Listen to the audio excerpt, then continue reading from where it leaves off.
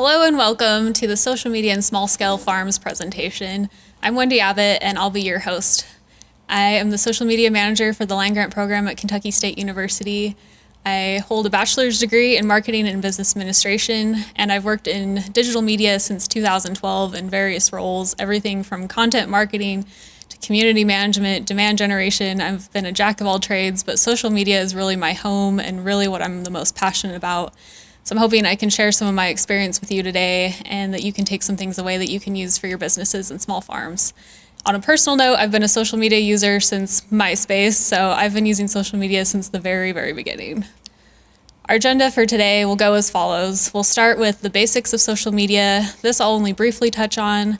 Then we'll go to decoding social media and some of the nuances that you might experience as you manage social media. Third, and probably most important, we'll talk about generating content. As I call it, feeding the social media beast. There's a never-ending need for content on social media. So I'll give you some ideas of how to get started and what to do when you're stuck on content. And then we'll move to tools that make your life easier. These are all things that I personally use to manage social media day in and day out. And they are all free or have free options with more paid features available. And then last, I'll leave you with some final words of wisdom. So to start, let's start with the basics. Social media is the ultimate equalizer. It gives a voice and a platform to anyone willing to engage. And these are some top platforms that we'll cover today, some more in depth than others. Facebook, of course, has 2.23 billion users. It's one of the largest and one that's been around the longest. I recommend you post 1 to 3 times a day there. It's really good for promoting especially events and building communities. And if you have a Facebook page, you can also build sub-communities for really specific topics. You can build Facebook groups. Instagram's not too far behind at 1 billion users. I recommend about 1 post a day there, and it's really good for visual branding and building connections.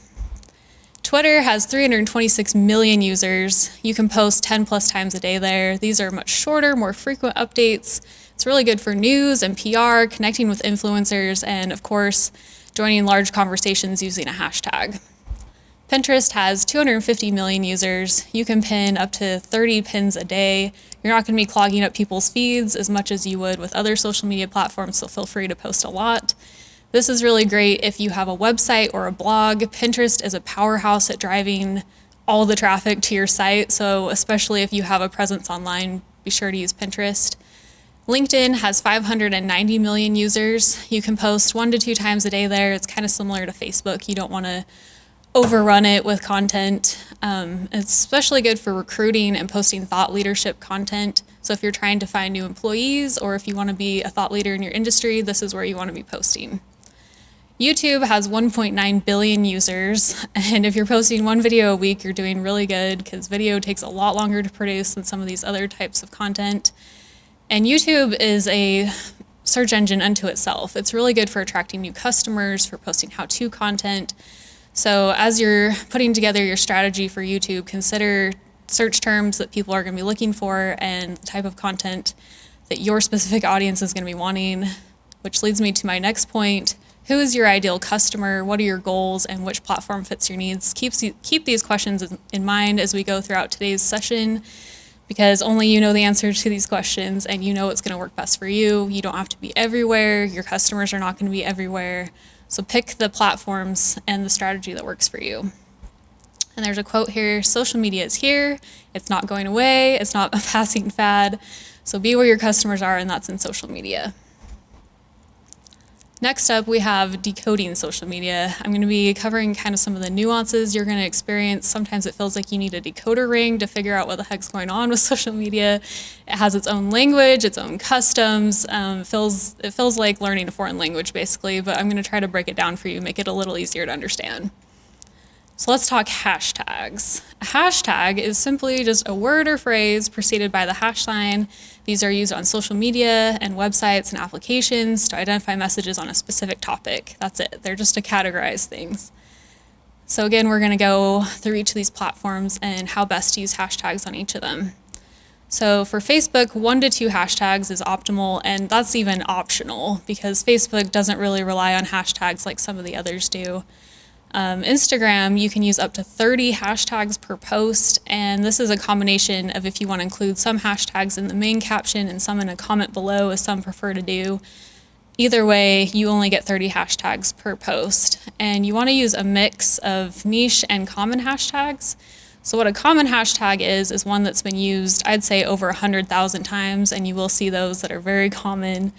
I think love is the most hashtag termed ever on Instagram. So when you're figuring out your hashtag strategy, search those terms before you use them. See how often they've been used, and use a mix of those ones that only have, a couple hundred posts versus a couple 100,000. And then you'll be able to reach the right audience and be able to grow, but also connect with a small audience. It's a delicate balance. Hashtags on Instagram can also be used to add humor to posts. Hashtags like I woke up like this and things like that. They don't always have to be very specific to that particular piece of content. They can be a little tongue-in-cheek, a little bit, satire, things like that. And also emojis are hashtagable on Instagram, so you can use one emoji, a string of emojis, whatever you decide to use. On Twitter, you want to use as many relevant hashtags as you can. Twitter is really where hashtags gained their popularity.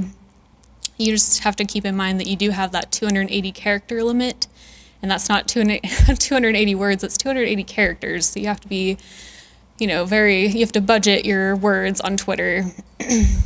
And also you can use hashtags to join large conversations. Every day, every minute of every day, there's things trending on Twitter based on tags, and you can join those conversations by using those tags in your own tweets. On Pinterest, you can use up to 20 hashtags, and this is to help categorize your pins and make them more searchable.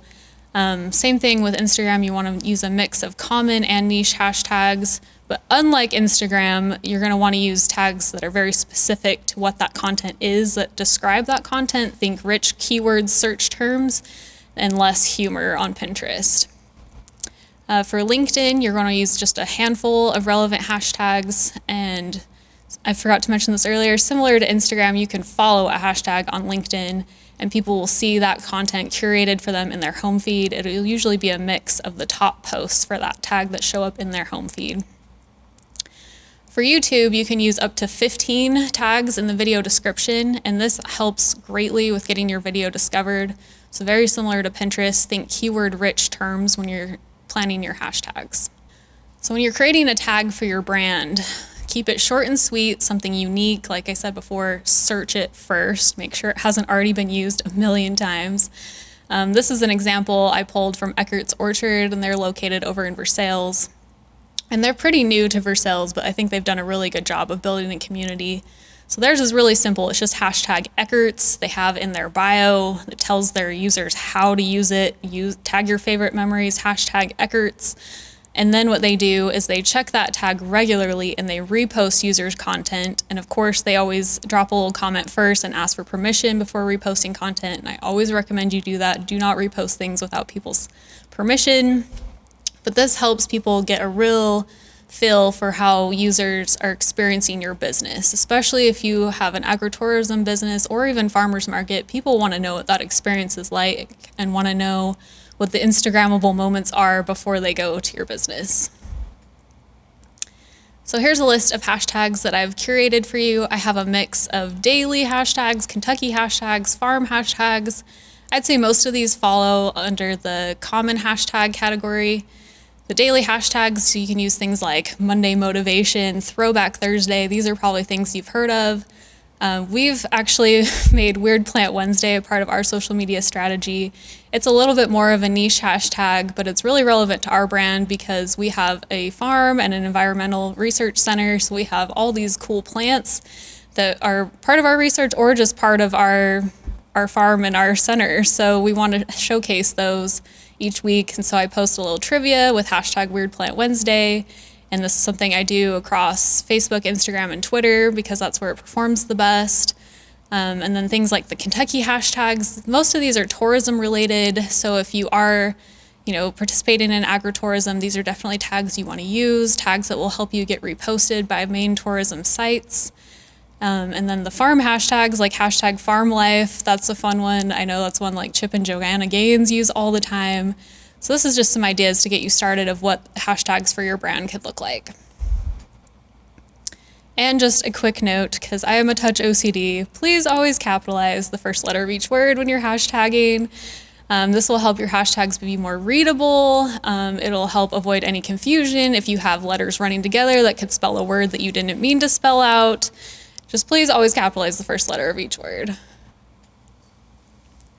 So moving on, let's talk emojis. Emojis are small digital image or icon that are used to express an idea, emotion, etc. And I'm going to cover real quick 5 ways to integrate emojis into your strategy. So number 1, emojify your products. Thankfully, the emoji developers have given us the gift of all these agriculture-themed emojis, everything from livestock to plants to even farmer emojis. So there's no reason not to emojify your products when you're talking about them on social media.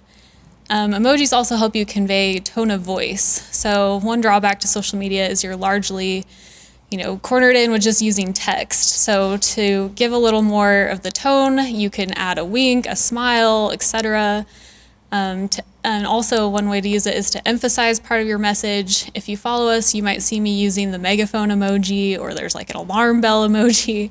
I use these sparingly and only for big announcements because you don't want to feel like you're crying wolf all the time. But if you do have a big announcement or something exciting, use an emoji to call attention to that. Of course, they're fun and playful and add a little more personality to your brand. And like I mentioned before, emojis are actually hashtagable on Instagram. So here are some examples of what this could look like. So you can see I've emojified my first day of fall post and my decorative gourd. I used the jack-o'-lantern emoji. I've used emojis as bullet points because social media sites don't give you bullet points, so you can use those to break out your content and also make it more visual. And then you can see an example of where I've used an emphasis emoji for an important announcement we had for our students. And this is a free tool I just want to shout out real quick. It's getemoji.com. I use this all the time because I prefer to schedule posts from a desktop, and this gives you the ability to search emojis, copy and paste them, or just if you can't remember what an emoji is and you just can't find it anywhere on your phone, go here and type in your best guess of the description and you'll pull up the emoji that you're looking for. So real quick, @mentioning versus tagging. An @mention is accomplished by placing the @ symbol in front of somebody's username in a comment or your caption, and this is just to mention them or to get their attention. This is applicable as a practice across all social media sites. And then tagging, and I'm going to specifically talk about tagging on Instagram. Tagging is done within your original post, whether that's a photo or a video. You can tag up to 20 different accounts. And by doing this, it really helps increase the reach of your posts. You could tag relevant Kentucky news outlets. You can tag Country Living Magazine. If you're using a John Deere tractor, tag John Deere. Maybe you'll get reshared on their account and get more eyeballs on your business and your product. And then the other side of tagging is when your customers are tagging you, it'll show up under this separate little tab that says tagged. And it's similar to if you have a branded hashtag. This is another way where users can show their experience. It's like a curated gallery of all their experiences at your business. And this is another great place to look for posts to repost and get that user-generated content. Location tagging, a little bit different, but similar. So this is very, very important if you have a physical location or if you're visiting a physical location like a farmer's market. You always want to tag the location in your posts, especially Facebook and Instagram make this very easy. If you don't already have your location created in these platforms, all you have to do is create a business Facebook page with your address, and that makes it as an official location in both Facebook and Instagram. Or you can check in on Facebook and claim that address as your own. This really helps increase your reach and helps you reach a local audience based on physical location. And here's an example of what that looks like in real life. So the Franklin County Farmers Market tagged their location, and you can see if you were to click on that little subheading, it opens up this page with a map, and that map actually integrates directly with Google Maps. So someone could click in that and directly navigate to your business without any other clicks, no other barriers to entry. They just click from your post directly to a map and boom, they're there. And also the tagged posts and the hashtag posts, this is yet another way where customers share their experience. And This is something I check all the time, especially when I'm looking for things to do on the weekend with my husband. I'm curious, like, what are the Instagrammable moments? What is the cool food to eat there? What should I look for? So these are things your customers are going to be looking at too. So they're very important for you to set that up so that it's an easy process for them as well. All right, moving on to generating content. I have a little quote here. Being effective at social media, whether for business or personal use, means capturing people who have short attention spans. They're only a click away from a picture of a funny cat, so you have to make sure your thing is more compelling than that cat. And that can be a very high bar. Trust me, it is a high bar. So where to start? Start by defining your brand and your brand story. Choose 3 to 7 categories of posts that'll really help guide your content strategy. So for example, the Land Grant program has a tripart mission, and that's academics, research, and extension. So every single thing I post is going to fall into one of those 3 buckets. And then you need to define who your ideal customer is, have them in mind as you're creating content, use the kind of language they would use, etc. Another idea is to build a mood board to help you get like the aesthetic and look and feel of your brand. So you can do that either the old-fashioned way, cutting out magazine pictures, building a cork board, or I prefer to use Pinterest, and you can even make that a secret board. You can pin all the images and things that speak to what you want the feel of your brand to be and build that out first, and that'll help guide your content. And of course, stay true to your unique voice. If you're not prim and proper, then don't be prim and proper on social media. If you're one who likes to use fun, cute Southern sayings in everyday conversation, then by all means, do that on social media. People will fall in love with that. Of course, building a content calendar can help you decide where the holes are, where you need to be putting more emphasis. And I'll show you a free tool at the end of this that can help you build out a content calendar. And of course, as you're posting, always make sure to measure your results and then rinse and repeat with what's working. Each platform has its own analytics or insights depending on the platform, and you can tell right away what people are engaging with, look at that engagement rate, and what's doing really well, just keep doing that. So the 80-20 rule, this is not a hard and fast rule, but 80% of your social media posts should inform, educate, or entertain your audience, and only 20% should be directly promoting your business. This is a good rule of thumb. There are, of course, brands that it feels like all they do is 100% selling and you don't really know who they are. But I'd say especially for small business, you want to tell your story because that's what's going to really convert people to your brand. So we can't create good content if we don't know what good content looks like. So let's look at the anatomy of some good posts. So let's start with Facebook. You want to start with that attention-grabbing first sentence. You want something that's going to stop them in their scrolling tracks. You don't want them to scroll right past your post. Then you're going to have a brief explanation of what you want your audience to know.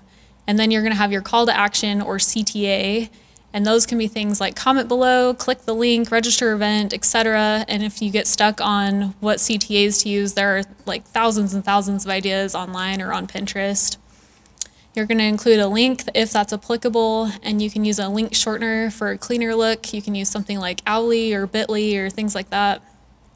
You want a high quality photo or video to go with your post. And like I said earlier, only 1 to 2 hashtags for Facebook.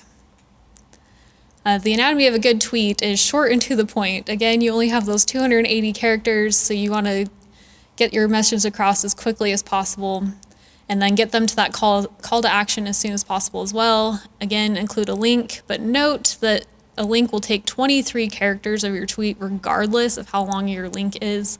So be sure to plan that when planning out your 280 characters. Of course, you can attach a high quality photo or video. This will not count against your 280 characters. You can attach up to 4 photos per tweet, and you can attach a video that's under 2 minutes and 20 seconds long. If it's longer than that, I suggest hosting it on YouTube and then posting a link to your video. Again, hashtags. Twitter is known for hashtags. Use all the tags that will fit in that short character count, and use @mentions to tag relevant accounts, and that might help you get more engagement or get retweeted on Twitter. The anatomy of a good Instagram post starts with your quality photo and video. This is a highly, highly visual site. That is what's going to lead first, and then caption comes second. So after that perfect Instagram-worthy picture, then you're going to follow up with an engaging, creative, funny, or informative caption. No pressure. Then again, you can have up to those 30 hashtags. You can @mention people. You can tag your photo. We talked about tagging strategy earlier. Of course, your location tag. And then a note on links. Links within Instagram posts are unfortunately not clickable, which is really annoying sometimes. However, Instagram does give you one link in the bio section of your profile. So you can use a tool like Link in Bio or Linktree to really maximize that one link you get, and I'll show you an example of that in just a minute. Instagram stories are the perfect place to tell your story, show behind the scenes content, ask questions, run polls, post event reminders, etc. It seems like they keep coming out with new story features every single day. These have a shelf life of 24 hours unless you add them to your highlights. And in that little example I have, the highlights are those little yellow bubbles, and they're there until I decide to unhighlight them. So a quick example. When I first started working here, I noticed people kept asking me, what is the land-grant program? And so I created basically a slideshow of what the land-grant program is. So that's something you could take away. If you're out at a farmer's market or running your business and you notice you keep getting the same questions over and over, that's just an area where you need to tell your story better. So you could use Instagram stories to accomplish that. And then Instagram TV or IGTV, these are longer form videos. In the feed, you only get 60 seconds for videos, but on Instagram TV, you can have up to 10 minutes. So quite a bit longer, and that's even pretty long for social media to do up to a 10-minute video. You can choose to have these show up in your feed or just on the special IGTV tab. You can upload a quality thumbnail image to go with your picture, and you can actually upload Instagram TV from your desktop, so it makes adding all these things much, much simpler. The text that you see overlaid on the picture happened within Instagram, so that's not something you need to add, like in Photoshop or something when you're building out your graphics and your thumbnails. And then Instagram Reels is kind of a hybrid of Instagram TV and Stories. This was just released in August of this year. And these are short multi-clip videos that you edit on your phone. It's kind of Instagram's clapback to TikTok, if you will. And the cool thing about these is they have much more potential to go viral because Instagram has created a separate space on the Explore tab just for Reels. And where you might get a couple hundred views or something on your Instagram TV, you may get a couple thousand on your Reels. They have way more potential to get way more views, which could help bring more followers and customers. So some ideas to get you started on what to post about behind the scenes, events.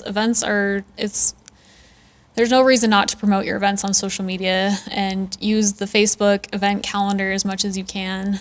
Post how-to content. You don't have to give away your secret sauce, but if you have some how-tos that show the process and like all the love and care that you put into your products, that's a great thing to highlight on social media. Of course, you can post videos, standalone or series. Interesting, beautiful photos with captions, or even fun facts if you get stuck. You can poll your audience, and you can do this in many different ways. You can add a poll to Instagram stories, or you can add them right within the home feed on Facebook or Twitter. Holiday posts, there's nationaldaycalendar.com and nationaltoday.com that have all the weird little funky holidays you've never heard of. For example, when I first started working here, I kept hearing about this mythical pawpaw fruit, and I had never had one because I'm from the Western United States.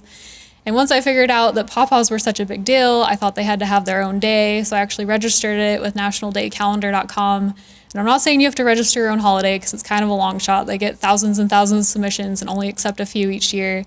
But it's at least a place you could leverage holidays like that to promote your products and your brand.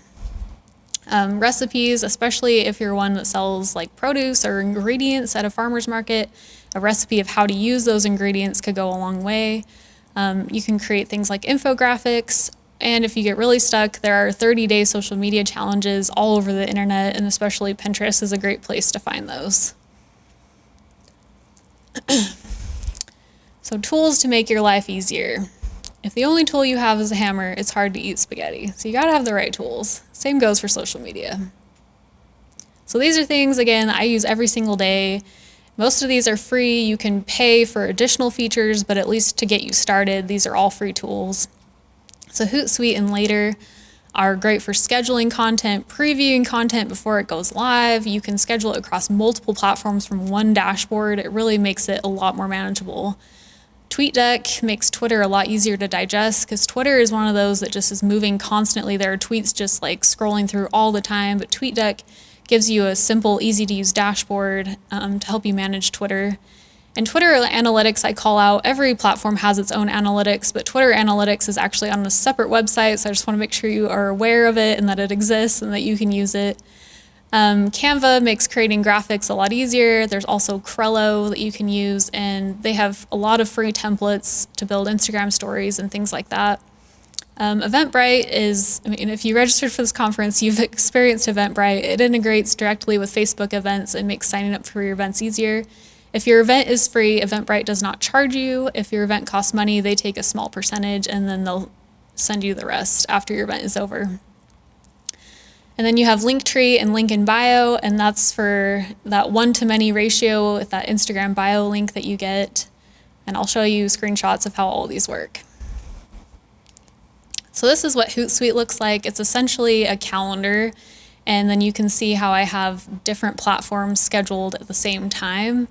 So this is a view back from our virtual state fair, because the state fair was all but canceled this year, so we decided to host a whole bunch of virtual activities for our audience, and this is how I planned it all out and mapped it all out, and I knew, where things were happening and where I needed to plug holes with content, and that really helped me plan out my whole calendar for that. And you could do the same. And also Hootsuite has a link shortener, so automatically you can just click a little button that says shorten my link, and that gives you that clean view, and you can do that all from one place. So this is what TweetDeck looks like. You can drag in these different columns, you can schedule your tweets, you can follow certain users, you can have your notifications, see what's trending in Twitter, all in one place. And like I said, it just makes it more digestible and breaks it down for you. And then this is a view of what Twitter Analytics looks like. You can filter it by different dates and see how many impressions you're getting, how many retweets, and so on, and see which are your top performing tweets and what kind of content you should repeat.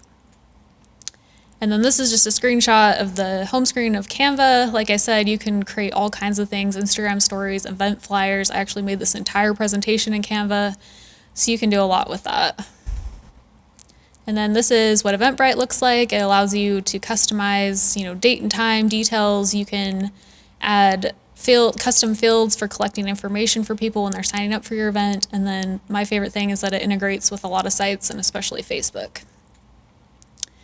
So this is what Linktree looks like. I have that one little Linktree/KYSU Ag link in my bio, but then when you click on it, you'll see this whole menu of things. And I keep this updated really regularly. Anytime I have something new I need to link to, I'll go to Linktree and just add that link, give it a name.